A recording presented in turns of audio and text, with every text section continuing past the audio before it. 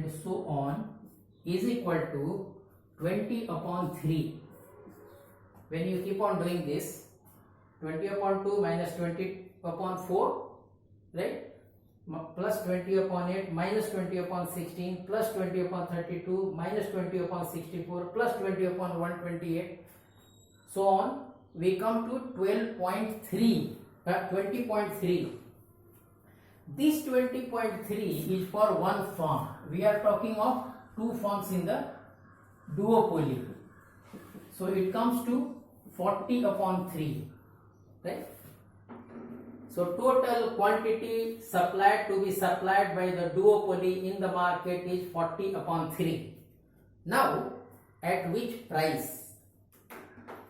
We have already discussed Q is equal to 20 minus P. In the previous video, we have already discussed Q is equal to 20 minus P.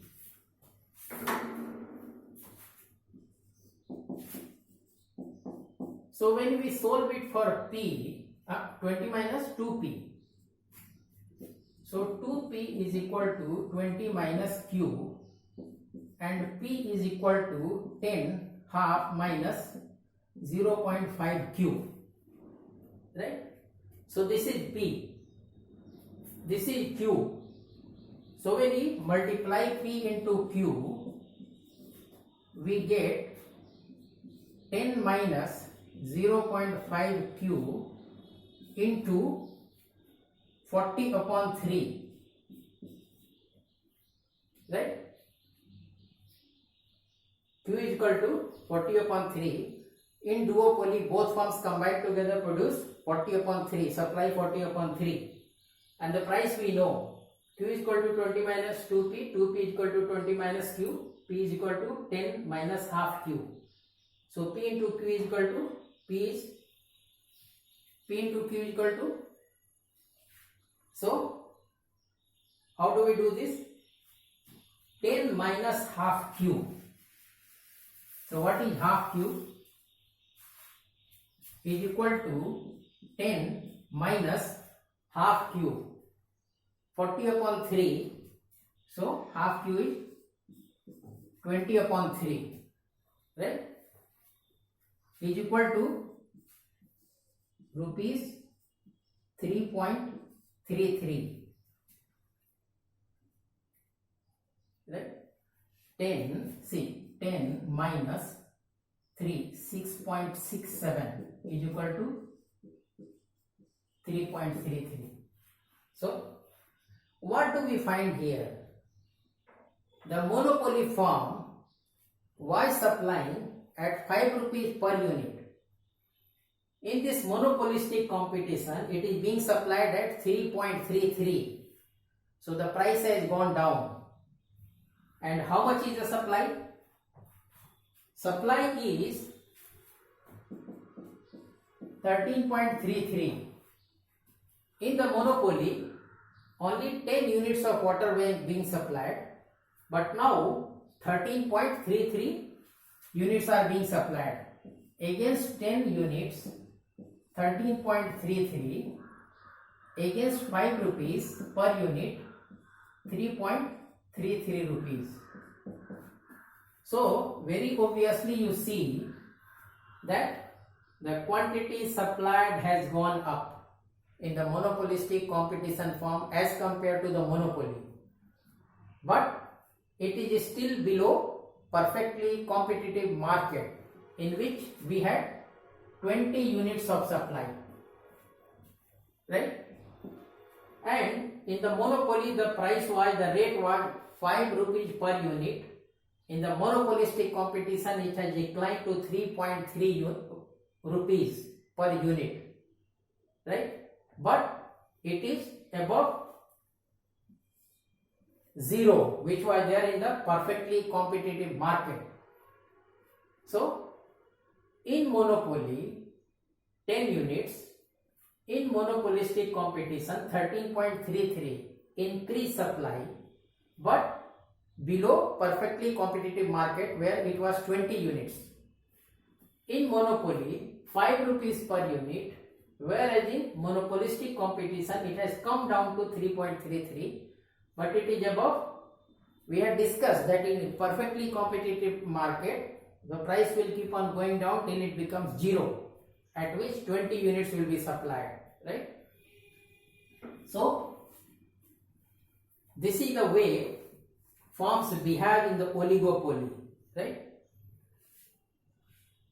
And through these actions, it will keep on coming under that equilibrium. Which action? Which we have seen. A, B, C, D, E will supply, B will not supply, A will supply half, B will supply half of the remaining market demand, like that. So they will keep on producing and arriving at the equilibrium, right? So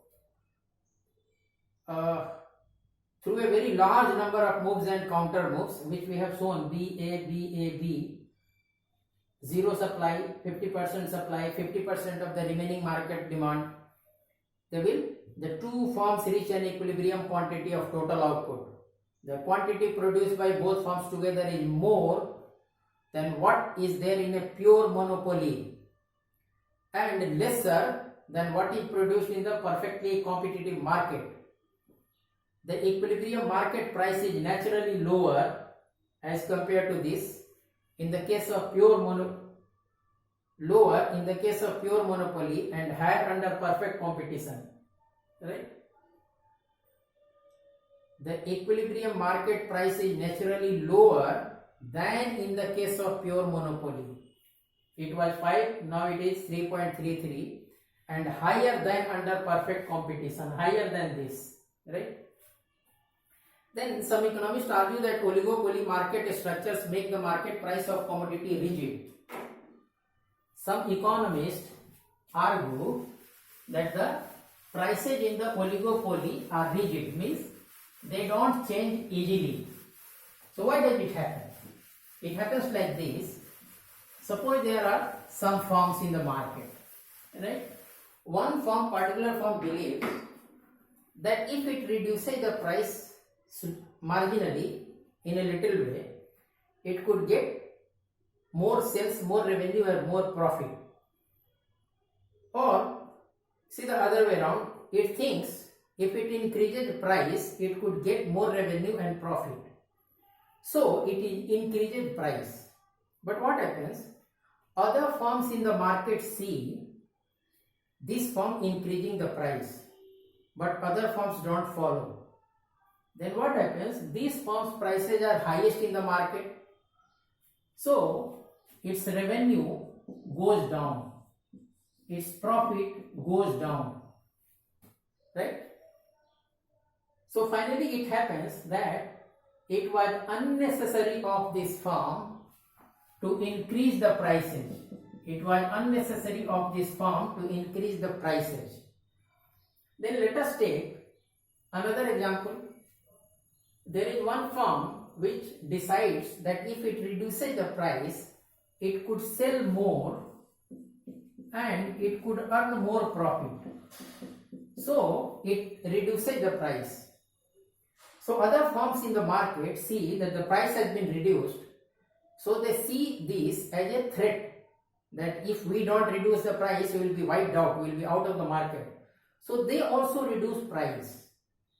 Then what happens? As a result of decline in price, sales go up. But this increased sales is shared by all the players in the market. Initially, one firm reduced the price to earn more revenue, more profit. So when it reduced, other firms saw that reduction in the price by this firm as a threat, that if we also don't reduce the price, our sales will go down, our profit will go down, our revenue will go down. So they also reduce. So as a result of reduction in price, sales go up in the market. But the problem is the increased sales are shared by all the players in the market. So for the particular firm which reduced the price, there is a sizable reduction in price there is a sizable reduction in price, but increase in sales is minimal. Increase in sales is minimal. So once again they think that it was not wise to play with the price. So they think that it's not wise to play with the price, so they allow the price to remain as it is. So several economists argue that in the case of oligopoly, duopoly, the prices are very rigid. They don't change easily. They find it very difficult to reduce or even increase the price, right? So we have discussed everything. So any firm therefore finds it irrational to change the prevailing price, leading to prices that are more rigid compared to the perfect competition. So I hope you found it easy to understand. In case of any difficulty, you may please approach me on my email ID, which will be there at the thumbnail to the video. Thank you very much.